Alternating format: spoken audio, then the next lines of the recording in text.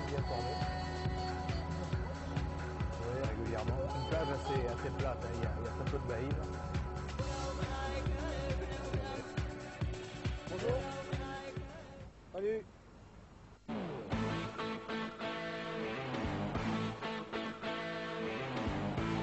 Bonjour, aujourd'hui nous vous emmenons à la pêche en surfcasting.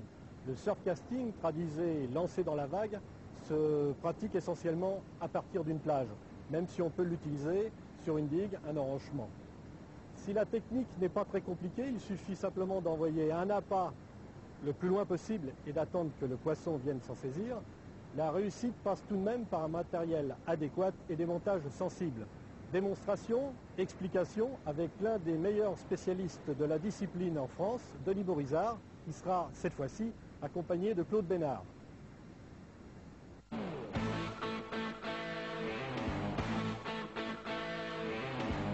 Alors le surf, ça commence déjà par le matériel. Denis, que nous faut-il pour bien pêcher? Alors, mais comme toutes les techniques de pêche, le surfcasting demande et nécessite un matériel bien spécifique. Il nous faut bien entendu des cannes et des moulinets. Alors on trouve aujourd'hui à disposition des pêcheurs deux grandes familles de cannes.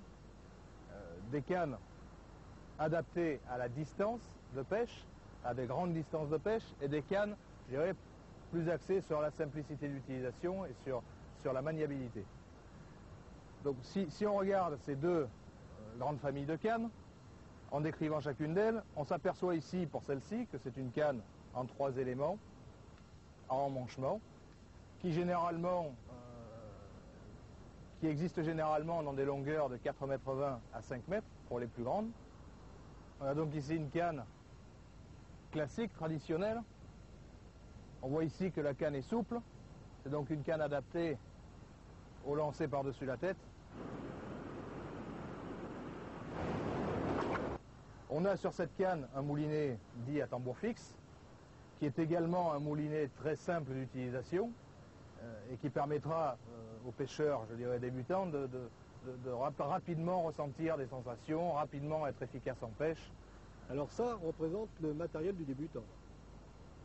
Disons que c'est le matériel, oui, effectivement, vers lequel le débutant doit se tourner au départ pour apprendre à pêcher réellement. Par la suite, on trouve un autre type de canne qui se différencie d'une part par la longueur. Ce sont des cannes plus courtes.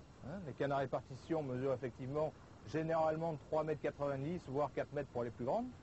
Elles sont en 2 brins, 2 éléments, au lieu de 3 pour les précédentes. Et au niveau de la puissance, on trouve sensiblement les mêmes choses, c'est-à-dire des cannes légères et des cannes de 100 à 200 grammes, qui est la puissance généralement utilisée en France pour le surf lourd. Sur cette canne-là, on voit un moulinet à tambour tournant, qui est le moulinet, je dirais, le moulinet roi pour atteindre de grandes distances de pêche, puisque ce moulinet et cette canne permettent associés de pêcher à plus de 120 mètres du bord, ce qui est très difficilement réalisable avec le matériel précédent. Et on explique ces différences de distance par la conception de la canne. Alors que nous avions une canne souple tout à l'heure, nous avons ici une canne d'action de pointe. On voit ici qu'elle est plus rapide, donc une canne plus adaptée au lancer de distance. Alors ces particularités demandent effectivement de la maîtrise, demandent de l'apprentissage d'une technique de lancer moderne, comme le lancer pendulaire ou le plomb posé ou encore le backcast, et ce qui fait que ce matériel est quand même réservé à quelqu'un qui a non seulement de l'expérience, mais qui a passé un petit peu de temps à apprendre à lancer. Alors le surfcasting, ça se pratique canne posée. Je vois qu'il y a là des supports. Tu peux nous les présenter? Effectivement, on a deux familles de supports de canne, étant donné que dans la plupart du temps, dans la plupart des cas, on va poser ces cannes à un endroit particulier. On va utiliser soit des pics, on en voit ici de plusieurs tailles. Ces pics reçoivent une canne et ont l'avantage de pouvoir être déplacés aisément et à volonté. Alors parmi les pics, différentes longueurs, pourquoi? Ces grandes pics-là permettent effectivement de positionner la canne plus haute par rapport à la surface de l'eau. Et quand on a des vagues ou des grosses vagues, ça permet de mettre la pointe de la canne beaucoup plus haute. De plus, bon, un pic comme celui-ci, qui est très court, n'a pas suffisamment d'empattement au sol pour être stable quand la mer bouge beaucoup.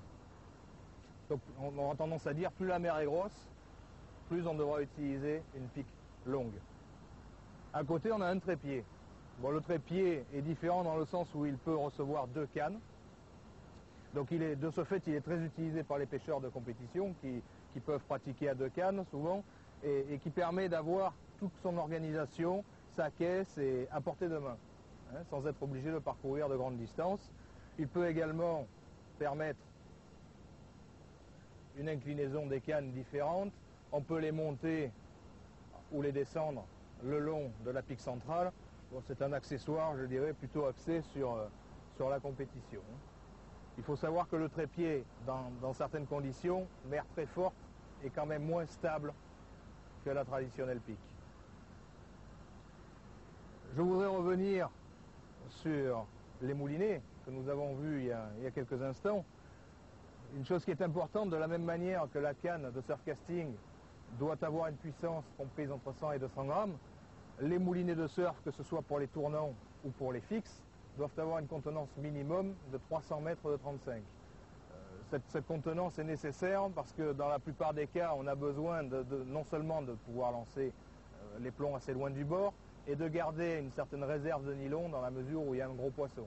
Hein, certains poissons pouvant sortir plusieurs dizaines de mètres de fil. Alors le 35 centièmes est le montage de base des moulinets. La base, le nylon basique, oui, effectivement, c'est le 35 centièmes.